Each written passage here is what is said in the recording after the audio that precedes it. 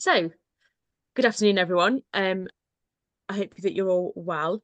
My name is Daisy, and I work for Getting on Board. And I'm here today because we have got a brilliant session coming up called How Charities Work, which I hope that you're here for. If you're not here for it, I'd recommend staying because I think it's going to be a good one.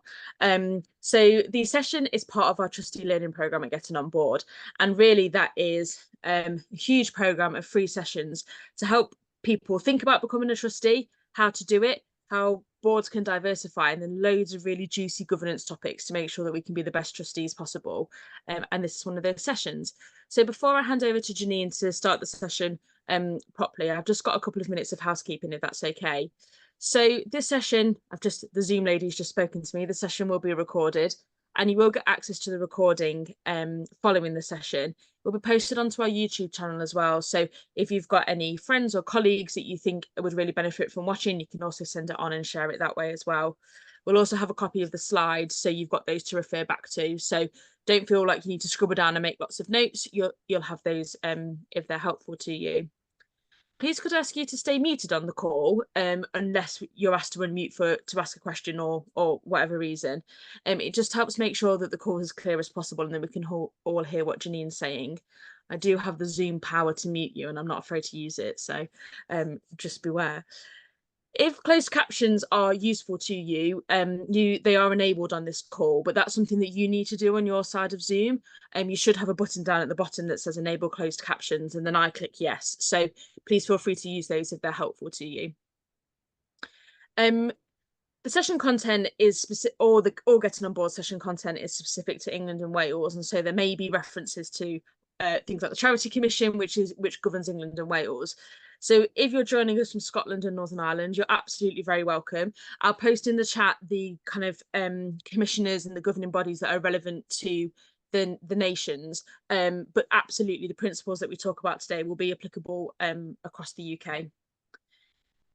The chat function is available. We'd love to hear from you. It makes the sessions kind of so much more interactive, and it's great to know that that you're engaging with us. So please feel free to introduce yourselves, share experiences, ask questions, but make sure that if you're kind of giving advice or experiences, that it's as accurate as possible, and obviously to be respectful to each other as well.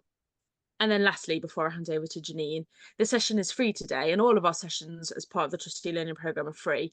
And that's because we've got some wonderful sponsors who are helping us make that possible.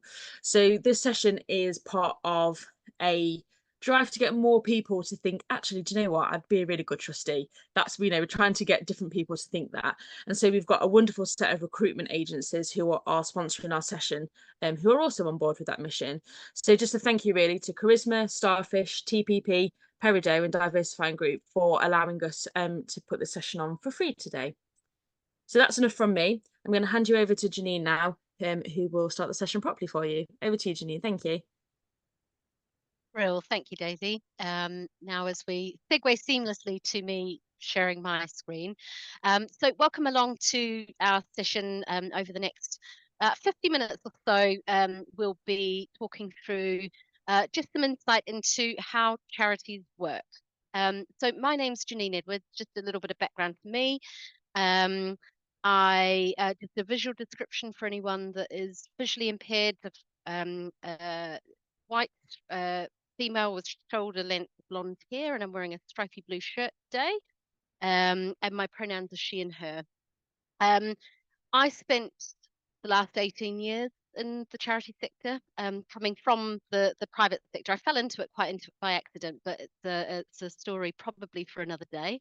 But I was from the very first sort of foot into the sector, I was really inspired by the passion and the purpose, which was something I hadn't seen before in my working life. Since then, I've held lots of different roles. I spent over a decade with an organisation called the FSI, which provided training and support to small charities, so charities with an income under 1 million. So that's sort of where my heart is. But I have worked with charities of all shapes and sizes in lots of different roles, as a facilitator, as a consultant, as a trainer, as a trustee myself. I'm on my third trusteeship at the moment for organisations. Again, one that was sort of a mid-sized to large charity employed a team of 50 people, had an income in the millions, to one currently that has no employees, is entirely volunteer-led, and thinking about taking on our first ever freelance staff. So I've seen the real breadth of the sector. So hopefully some of the insights that I share today, it's drawn on research, it's based on people who have big research departments and budgets and insight, like the Charity Commission and like NCVO, but just giving a little bit of insight into how charities work. So we will be interactive today. So I'll be using something called Mentimeter, really simple to use, but just gives interactive a chance for you to sort of to input. And we've got a quiz. And what we'll be looking to cover, quite a list, but giving some insight into the shape and the scale of the sector, sort of understanding some of the key differentiators of the charity sector to maybe other sectors, like our focus on purpose and mission, and impact rather than profit, some of the different sort of structures, legal structures, and what that means in terms of ownership and governance and accountability, a little bit of insight into the income sources and the ways that charities generate income to support their work, as well as the role of volunteers, and sort of highlighting some of the risk and compliance issues like safeguarding as well. So quite a broad remit in a short space of time. So we will make a flying start, but let's kick off by starting with what you already know about the charity sector. So the QR code there, I think my screen has slightly distorted it, but it still works. I checked it before the presentation. So you can either use your smartphone to scan the QR code, or if you want to go on your desktop, you just go to menti.com and use the code that is there. So it's 6156482. So I'll leave that up for a moment while you to give you a chance to join. And then there's just a little quiz on there that's got 3 questions about the charity sector. So the first one being, how many registered charities are there in England and Wales? So how many charities are registered with the Charity Commission? To the nearest 1,000, I think it is. What's the overall income of the sector? And what percentage of the UK workforce are employed in the sector? So what I'm going to do is stop this share. I'm assuming everyone's had a chance to bring it up, but maybe you could just drop it into the chat for me, Daisy. I forgot to mention that, just the code to join, which is 6156482. And the website is menti.com.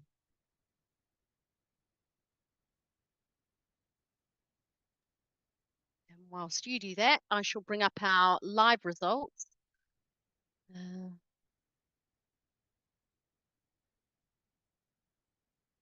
Hopefully you are seeing now.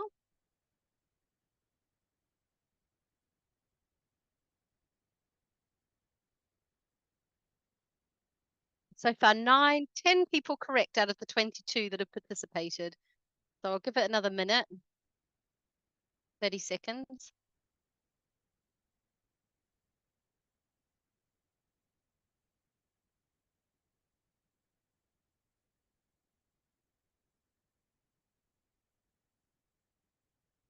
And then at the end, we'll have a leaderboard.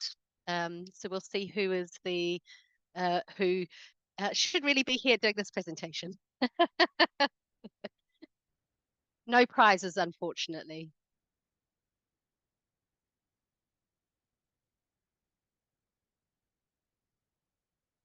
Okay, so the correct answer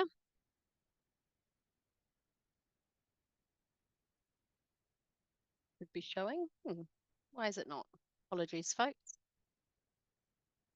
Oh, that's because I'm on the wrong slide, I think. Bear with me.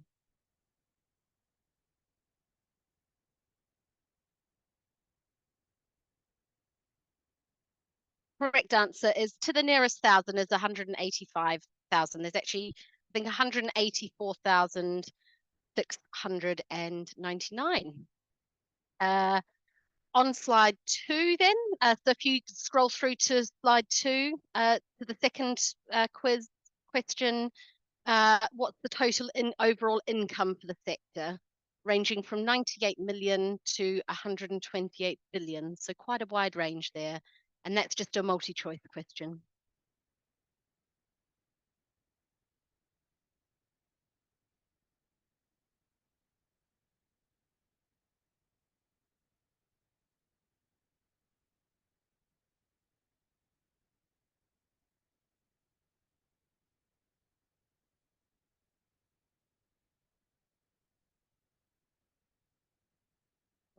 So definitely going to the larger end of the scale. So our correct answer is 88 billion, just shy of 88 billion. That's the overall income across all registered charities um, uh, in England and Wales, is the total level of income. Really interesting though, that income, and when we talk about income sources a bit later, it's very heavily skewed. So there are just 10 charities, 10 organizations that are responsible for more than 10% of that. So they're responsible for about 9 billion of that 88 billion. And that's just 10 organizations out of the 85,000 odd. So you can see how that's skewed. There's, as charities get smaller, the proportion of organizations of that size gets much larger.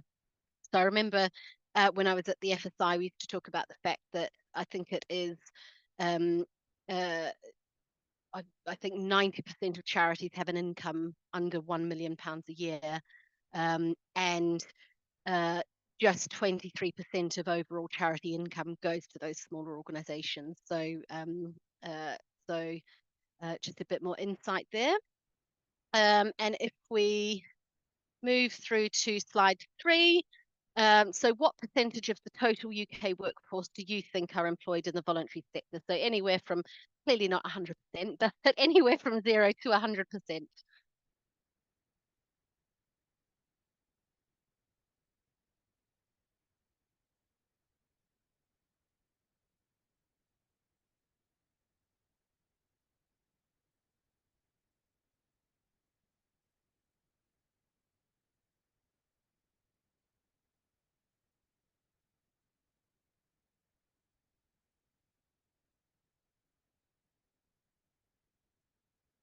Okay, a couple of responses still coming in. So the answer is just 3%. But and of that, there's some quite interesting differences between the charity sector and other sectors. So the majority um, of people employed in the charity sector, so it's around 925,000 people. The majority are employed by small organisations, so less than 50 employees. And in fact, 25% of the 925,000 work for organisations with less than 10 employees. So that's quite different to public sector workers, where they typically are going to be based with larger employers. I think it's about roughly about 40% work for organisations with over 500 employees. And in the private sector, it's more like about 20% are employed in organisations with 1 to 10 employees, and again a higher proportion that are employed in the much larger, the sort of above 500 employees. Within that, the biggest subsectors, the sort of top 3 subsectors are social care, education, and social work, education, and residential care. They're sort of the top, with between them more than half of people employed in those settings. I'm going to stop that share and toggle back to my presentation, but just hopefully a bit of just giving a bit of insight in a bit more of a interactive way. Bear with me a moment.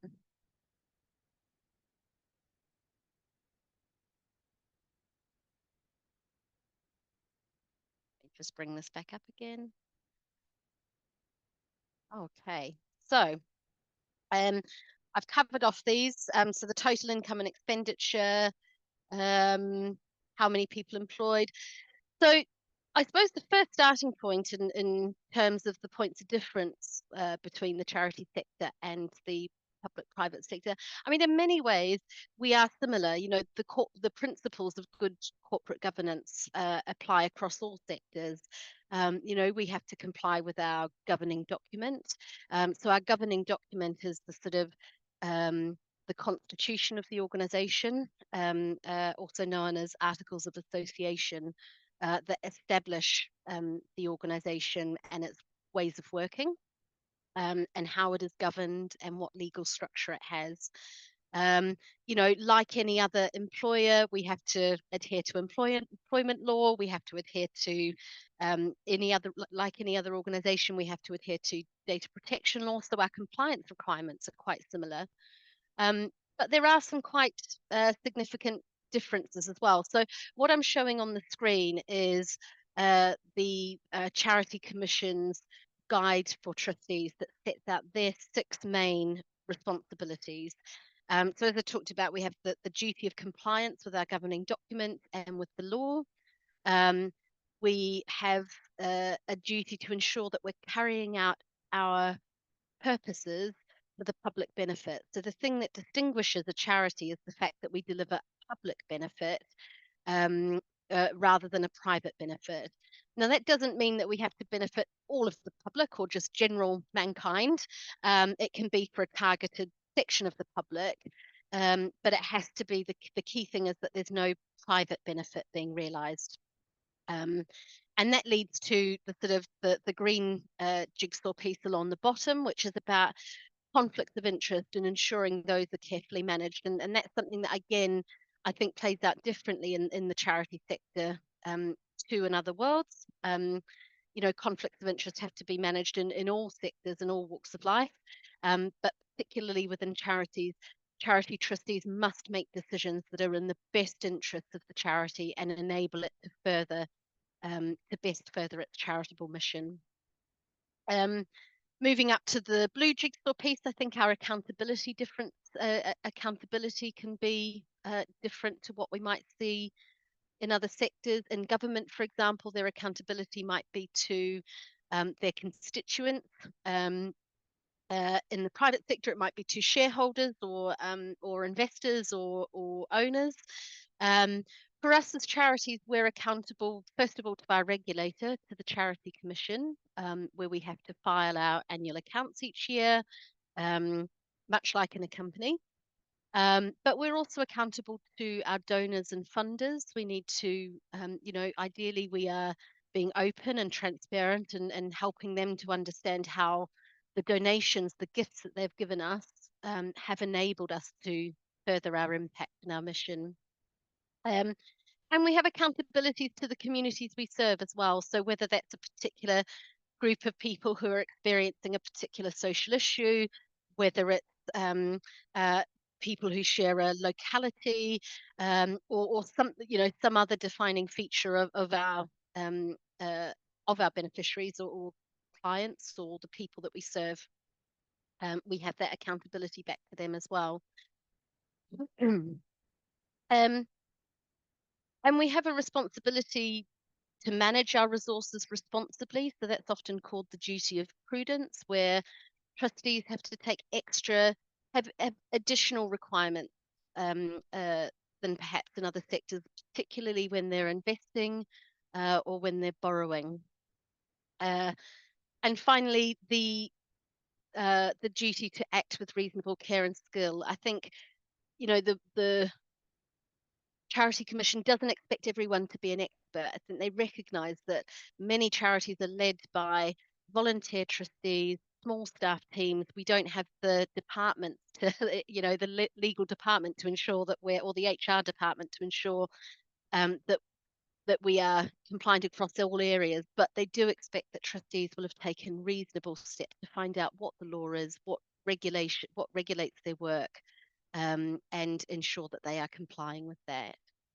So I just wanted to pull that out as a starting point for some of the key areas of difference. Today's webinar isn't about trustees' roles and responsibilities, so I do want to move on, but feel free to just drop questions into the chat as we go, and I can catch them. And I've also got Daisy on standby to flag up to me if I don't pick them up. So I think the second real key point of difference between the charity sector and other sectors is that, our focus is very much on purpose and mission and impact. And I spoke about earlier, that I referenced the duty to comply with our governing document, and also the to deliver our purposes for the public benefit. All charities, in order to gain charitable status, to be approved by the Charity Commission as a charity, have to demonstrate that we fit one of 13 defined in charity law legal purposes for a charity. And those are called our charitable objects. So we will have one or more of these in our governing document. Every charity will have one or more of these in our governing document that says who we serve, what we exist to do, and ultimately what our purpose is as an organisation. And we have to, that's sort of our North Star as charities, we have to ensure, and it's a requirement of trustees legally, that everything that we do is to further that purpose. So if I'm set up to run a homeless shelter in Yorkshire, I can't suddenly start delivering and that's defined as such, to relieve um, uh, um, uh, immediate poverty, to address immediate poverty in a particular location. I can't suddenly start offering cancer therapy support to a group of people in London, for example. So we can only operate within the confines of our charitable objects. And the reason I've put this sort of as an inverted triangle is because they're very, very broad, and as you come down, they get more and more specific. So those charitable purposes are fairly fixed and static over time. But then flowing from that, and I suppose translating that from legalese to to a more accessible language, we often in organizations will refer to our vision and mission statements, or sometimes called purpose statements. So these are about, the future that we want to see, our bold future that we're working towards, and what specifically we do to create that vision. And then often, but not always, flowing from that, if organizations have some sort of strategy or strategic plan, you might see sort of some strategic objectives or goals laid out. So maybe typically, in my experience working with lots of different organizations, typically over a 3 to 5 year planning range. But I am seeing a lot of that being much more dynamic as the world's changing so rapidly around us. People are having to be much more responsive, and therefore certainly reviewing and adapting those on an at least annual basis. And then sort of again getting more specific and much more short term, you're talking about the activities, so the specific services, support, projects or initiatives that a charity delivers. And I think it's just highlighting that our the income in the charity sector is purely the means to the end. It's the thing that enables the activities to be delivered, which contribute to our objectives, which enable us to realise our vision and mission, and ultimately deliver our charitable purpose. So I'm going to move on to the sort of a bit more about the role of volunteers and structures within the sector. But at this point, I might just pause for any questions before I move on. So if you've got questions, just feel free to drop them in the chat, or if you prefer, just unmute yourself and ask. Just remembering Daisy's request at the beginning, just to keep it focused and relevant. I'll just ask about acting in the best interest of the charity. I kind of had in my head, because I've done trust law in the past, we acting in the best interest of the beneficiaries. Do you think there's a difference there, or is that just semantic? It's interesting, because that's actually acting in the best interest of your beneficiaries is often the term that I've used when I'm talking about it. So in a way, I think I have potentially conflated the two, but the language of the Charity Commission is very much act in the charity's best interest. I suppose if you were to think that the purpose of the charity is to benefit the public you know, or that defined segment of the public that's benefiting from the services, then they are, I think, to the Charity Commission's mind, one and the same. Yeah, I I think you think what they're could. talking about. Yeah, you Mm, could say they're different in that's, for example, you might have a short-term group of beneficiaries right now whose mm, interests one course of action might be, but if the charity yeah, itself is looking in the more longer term, it might not. We've had that with our charity, for example. yeah. So And actually, yeah, it's just interesting. I you hadn't raise a thought really about good it point. before. Yeah. Yeah, and actually, I remember that coming up into the investigation into the kids company, because the commission one of their conclusions was that the charity's trustees hadn't sufficiently balanced the needs of future beneficiaries with the current beneficiaries in the here and now. Mm, hmm. So I think that's a really interesting, you know, when you are factoring that in, you do need to, you know, it's not just the people who are currently accessing your services, but who may need to access it in the future. So Mm. thank you for sharing that. That was Thank really you. helpful. Thank you. Any other questions or comments at this point?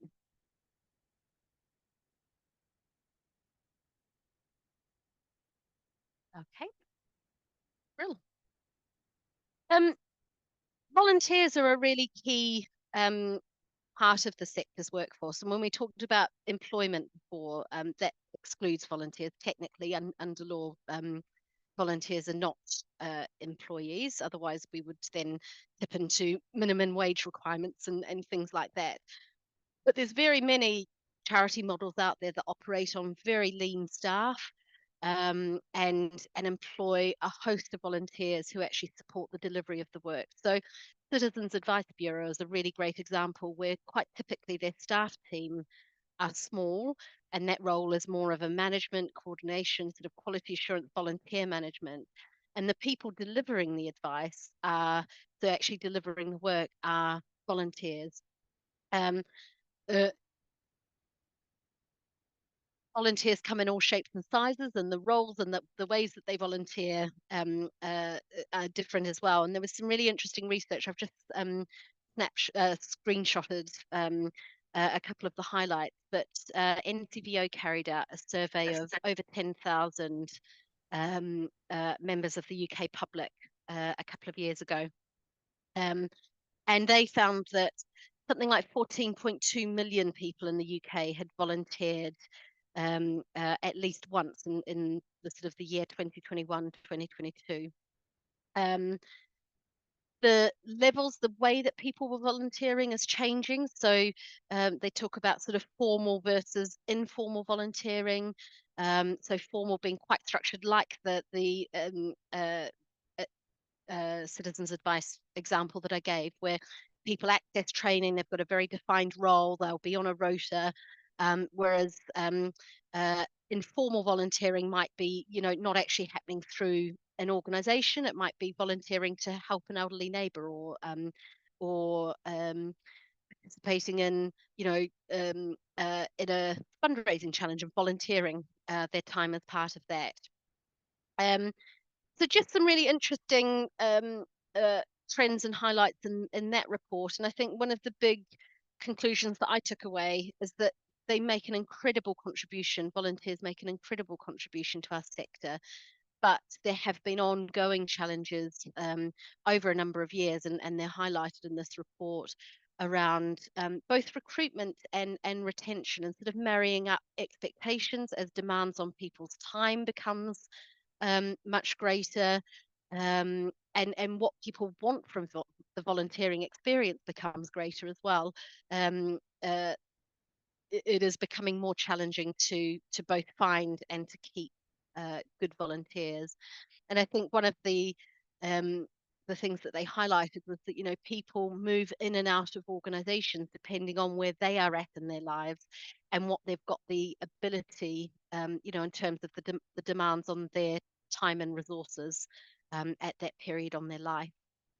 And it is on the decline. So they asked a question of people who had volunteered within the last month. Did you anticipate to continue volunteering? And that had actually dropped from the previous time the survey was done to this iteration of it. It had dropped to about 77%. So that churn rate of 23% is quite high for the sector.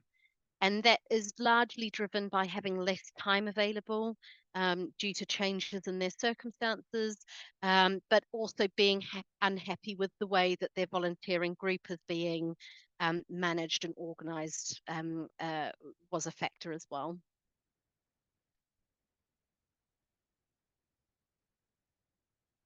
And I have at the end of this just linked to the report and research, so you can read those in more depth to build your knowledge as well.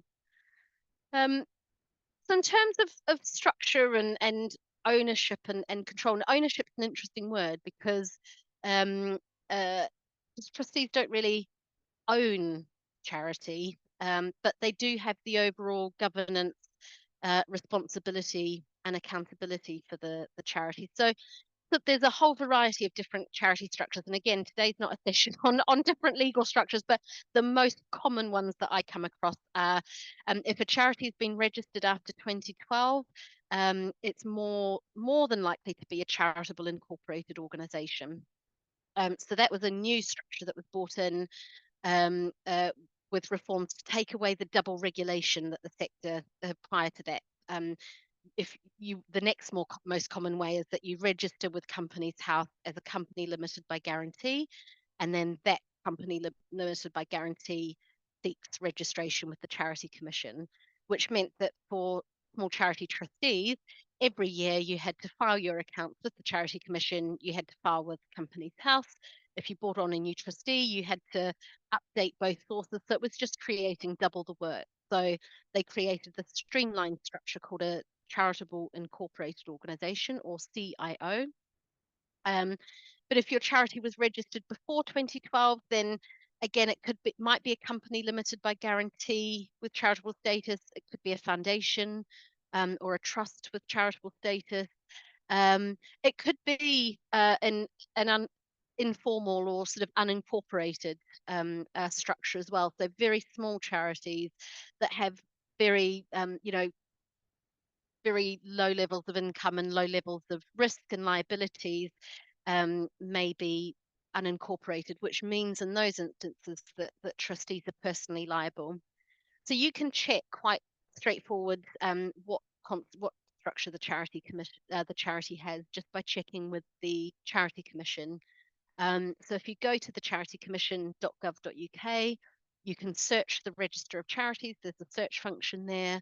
You plug in the charity's name and it will give you their listing and tell you there'll be a tab, a sort of a menu down the side where you can look at their income. You can download their last 5 years worth of annual reports, and you can see what their governance structure is as well. As I said, it's the trustees who ultimately have the ultimate governance and legal responsibility and accountability for the organisation. But where a charity employs staff, that's more often than not delegated to a manager or a management team. If the charity doesn't employ any staff, it might be delegated to subcommittees or a subgroup of trustees. And that's not in smaller, I think in larger organisations, that's typically documented in something like a scheme of delegated authority.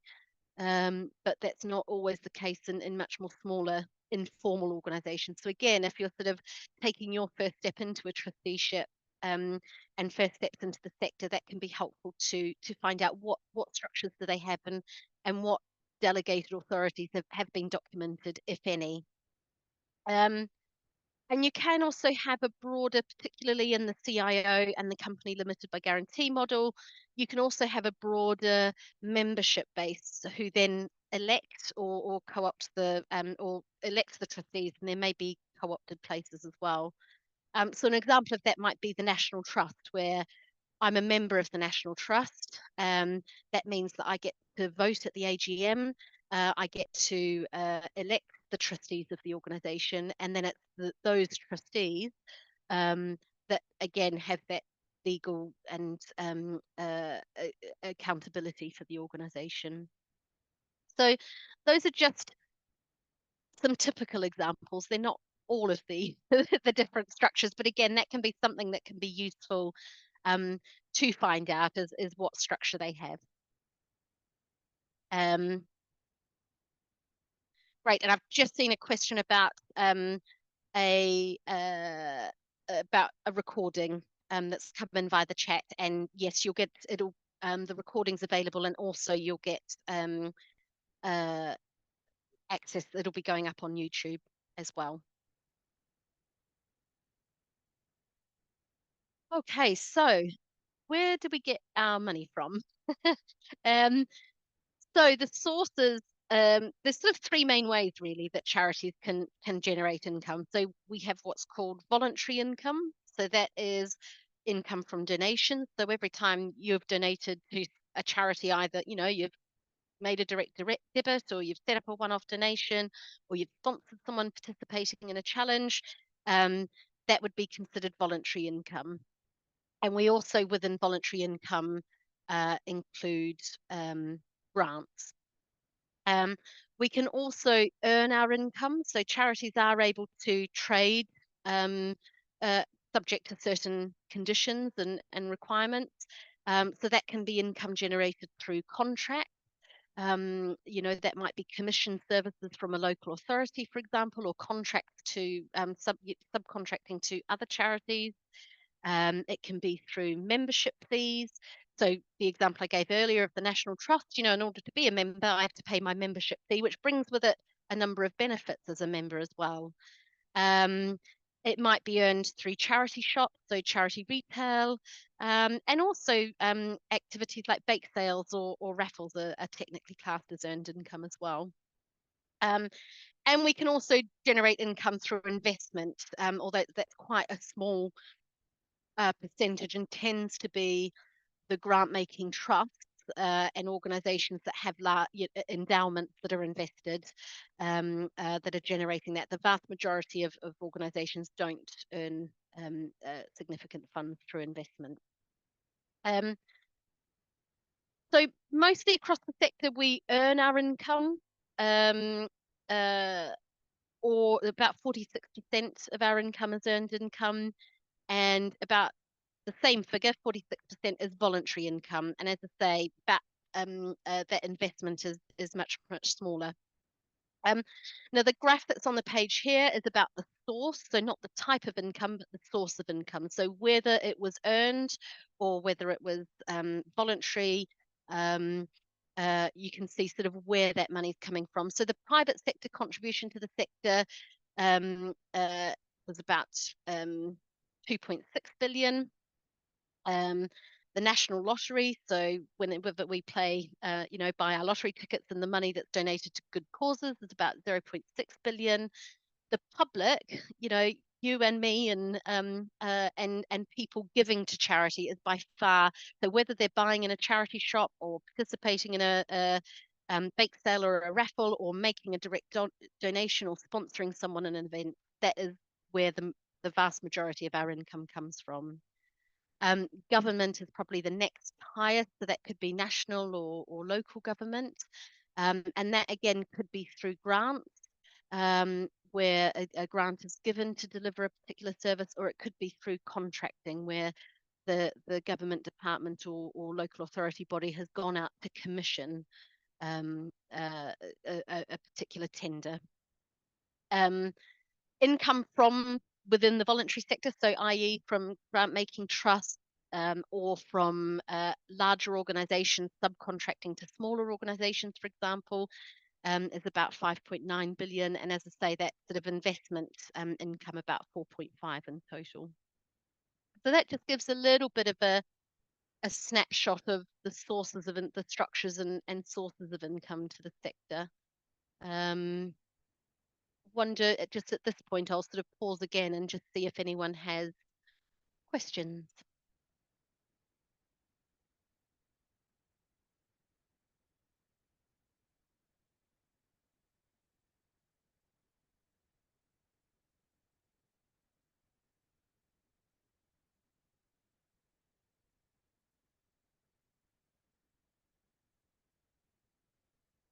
Okay, I'm not seeing anything coming through in the chat. Just a few other things to highlight on income, I suppose, is that just some of the trends that are happening to the sector over time. And it's something I can remember, gosh, 10 years back talking about the impact of, maybe even 15 years back now, I'm starting to lose count, but the impact of the last financial crisis on the sector. And, we are very, as a sector, I think we are very um, affected by economic trends. So, for example, as I said before, a major source of income to the sector is grant making, trusts and foundations that often rely on their investment income to be able to disperse grants to good causes. So if their investments don't perform well, then there is less money to go around, to put it very plainly.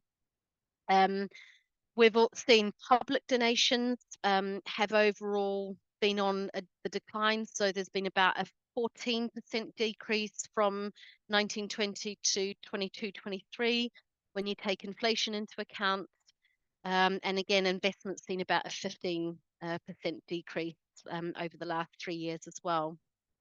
It's still up a lot from where we were 2 decades ago. So, the UK public is incredibly generous and supportive of charities, but we are in the midst of a cost of living crisis, and that affects charities sort of as a triple threat. It reduces people's ability to donate, and there's been a lot of talk.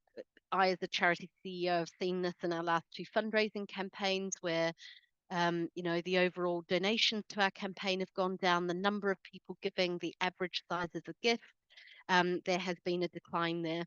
People just have less money overall, and that means less money for causes that are close to their heart. And at the same time, it increases the cost base for those charities and also leads to a rising demand in their services, particularly if they are working with vulnerable members of society or addressing poverty.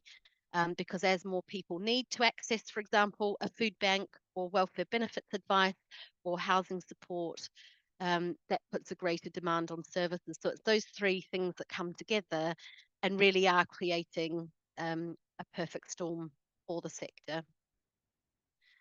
So just some, I suppose, some looking at how those sources are shaping and changing over time. Rebecca, it's interesting your question about how low the private sector contribution is. It's not naive at all. And actually, I used to deliver a course which is all about developing corporate partnerships with small charities and just helping them see that the financial contribution is quite low into the sector. That said, there is a lot of non-financial support that is that may not appear in annual reports. It could be through employee volunteering, it could be through gifts in kind. So by donating equipment or donating resources, it could be through if they're driving employee fundraising and customer fundraising, that might not come via the company. So there are lots of different ways, but where we're talking about a direct sort of business to charity transaction, it is quite a low amount overall. And I think often I've had lots of conversations with boards about fundraising strategies where they're like, we just need to find, a really good corporate sponsor. And it is really, really hard and getting harder to get money from corporates. I think if charities are aligning themselves with corporate sustainability and particularly ESG, so environmental, social and governance initiatives, or demonstrating how they meet the sustainable development goals, then that is certainly, because those are things that companies are increasingly having to be accountable for, that can make building those relationships more straightforward, or finding, that local connection. But yeah, a really good point to pull out there.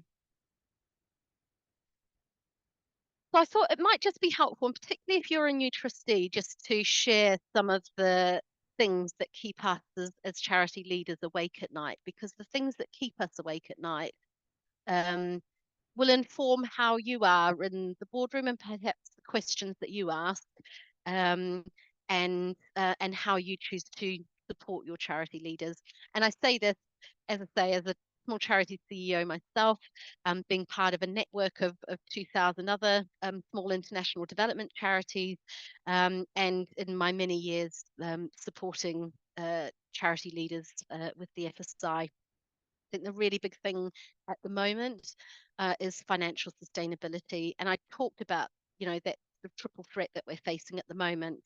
Um, but, funding is always uncertain in the sector. Grant agreements are often annual. They may be multi-year, but you're talking about 2 or 3 years. So that ability for long range funding is really, really challenging, unless you are one of the organisations that has a really solid, regular giving program. People donating monthly, and year on year that you've got a really mature fundraising program, and you can forecast and predict. It does often feel quite hand to mouth. And I know when I'm preparing my cash flow report for my trustees, and I just have a bit of a hard swallow because I realize there's about, 5 months or 6 months worth of salaries in the account. And I know that I've got more funding coming in my pipeline, but none of it's guaranteed until it's actually in the bank. So there's often very little margin for error um, in charitable organisations, and there's often not the level of cash reserves um, that really give peace of mind there. So we're not sleeping soundly like this cute little kitten here. I think the second thing is being able to meet demand. As I said before, in a cost of living crisis, that means that, and with cuts in other areas, if government is making cutbacks in areas, that has a trickle down effect on the charities that really are the safety net for people that fall through the gap. And at the same time, they're having to cope with that rising demand whilst managing rising costs and seeing lower donations. So it's a really, really challenging time. I think something I've been exploring a lot more myself, as someone who provides support to people in the sector, is understanding a trauma-informed approach. We care really deeply about people and the places that we support, and we feel a lot, I think, as people in the sector. But that does lead to risk of things like vicarious trauma, risk of burnout. I've certainly never. I'm part of a small charity CEOs networking group and online group, and I've never heard so many people talking about how burnt out they're feeling at the moment. The pressure is unlike anything I've ever seen before. Succession planning is a big one, particularly in founder-led organizations, or where the CEO perhaps has led the organization through, or the manager has led people through quite a significant time of change. And also thinking back to our workforce data that, most people are employed in smaller organizations. How do you develop your teams when you have, that sort of team development and growing your own talent, I suppose, when you've got such small teams to begin with. A few other things that sort of spring to mind: the supporting and managing volunteers, as we talked about before. They're really the lifeblood of the sector. We couldn't do what we do or achieve the impact that we have without our amazing volunteers. Attracting them, retaining them, being able to innovate and be nimble and think about how we offer opportunities that match what volunteers today are looking for is a big challenge. Working really well with our boards and getting the most of the skills and talent that we have is something else that is a challenge for charity leaders. And often we don't know what we don't know. And that is the really hard thing. We're pretty good at and adept at finding solutions to problems, but if we don't understand fully the problem in the first place, it can be really difficult to find the right solution, which is where active, engaged, supportive trustees and having a wide range of skills and diverse perspectives on the board is really, really important. So I'm just going to close off with some. I know that this next slide won't be relevant for everyone, but I just thought maybe some tips for helping to build your understanding about the charity sector, and especially as you start thinking about your trustee role if you are a new or aspiring trustee. I just thought I'd signpost you to a few tips for getting ready. So first step, check out the charity, look at their website, their social media, check out their charity commission listing, and think about your own and reflect on your own motivations and the skill, not just the skills, but the skills, the perspectives, the experiences, the style of working that you can bring to the role, and your time commitment as well. That varies for a lot of different people. And then really invest that time in the beginning in getting to know the charity. And I always, I'm only speaking from personal experience, but I always, with my own trustees, um, have a sort of an extended induction period of about 3 months, give them a chance to observe a trustee meeting before we go through the formalities of appointing them and registering with the Charity Commission, just to make sure that we're both fully, they know the organisation well, they know what our current challenges are. They've been able to think about how they can contribute, and we're both really sure that it's the right fit. So ways that you can get to know your organisation, um, you know, find out about the governing document, the structure, read it. If they've got a role description, if they've got a trustee handbook, that's great as well. Ask them about what support you have. Daisy's been signposting to lots of brilliant support on this call from getting on board. So find out about what training you can access, what inductions available to you, and any other support. Terms of office, what's the way of working with the chair? Do you meet one-to-one at all? Is there any way that your role is reviewed? That sort of thing. Really invest the time in the beginning in meeting the trustees, meeting the staff, and building your knowledge and understanding of the organisation, and also just developing your understanding of their world. Association of Chairs did which is sort of as the name suggests, it's the membership organisation for chairs of charities in the UK. Did some research recently about the relationship between chair CEO and sort of what helps and what hinders. And one of the most common hindrances was that the chair not really understanding the day-to-day realities of the staff's role and not being realistic about what can be expected. If you've sat on a board of a corporate or a very large charity, the kind of reports and information and the risk register and dashboard that you can get might be vastly different from what you might be able to get from a part-time staff of 3. And it's about adjusting and managing your expectations with that as well. So really build your knowledge and understanding and find out more about your fellow trustees. And then finally get to know the background of the organisation, and that might be having a coffee with the person who's leading it. But what are the goals and strategic priorities? What are the key risks and challenges facing the organisation, and what are their areas of their sort of priorities for development as a charity? So that sort of brings me to the end. I'm conscious I need to leave a little bit of time for Daisy to do a wrap up for us. But we can have time for some questions, and I'll double check the chat as well.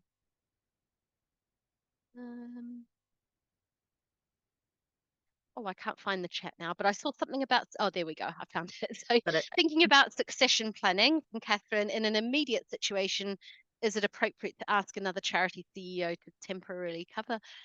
Yeah, I don't think it's necessarily appropriate or inappropriate. I think it's dependent on the needs and requirements of the organisation, but that could be, perhaps having someone seconded, looking for some interim support, could be options, asking a member of the team to step up if there's someone in place who could do that, and then looking at how you backfill their time. I think it's always going to depend on the specific circumstances. So I think it can be appropriate depending on the circumstances. And it would just be a case of really nailing down, if it's for another charity, you know, nailing down the sort of the agreement between the two of you of how that would actually work. Any other questions?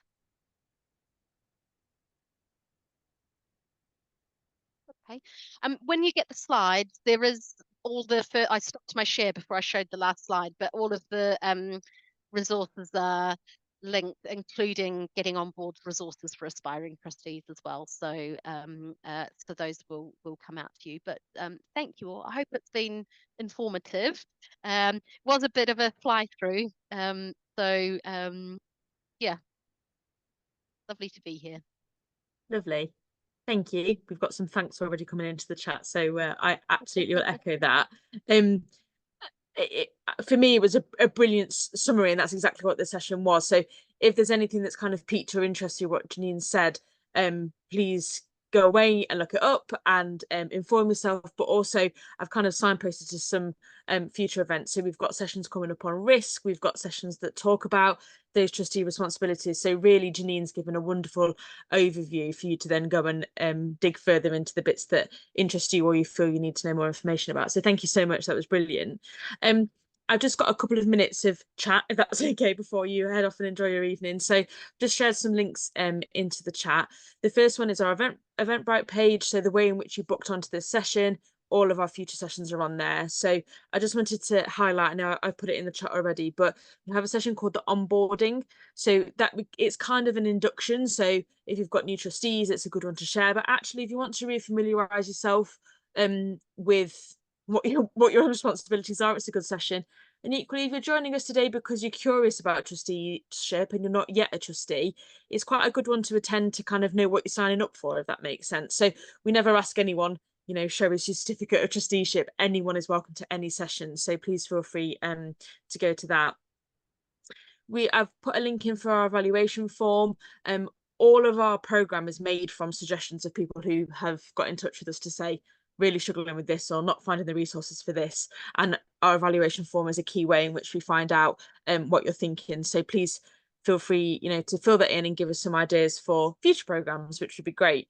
And then lastly, like Janine said, she's linked our website, Getting On Board's website, and that's there again for you as well. There's lots of resources on there, and we really are rooting for you to be the best trustee that you can, and for charities to be as effective as they can, because as you know, Janine so brilliantly put, we're really here to support the mission and those charitable objectives. So you're not alone in your quest to be good trustees and run good charities. But with all of that said, I will leave you to enjoy the rest of your evening. Thank you so much for spending an hour with us. We'd love to see you again at a future session. And take care. Thank you very much. Thanks, everyone. Take care.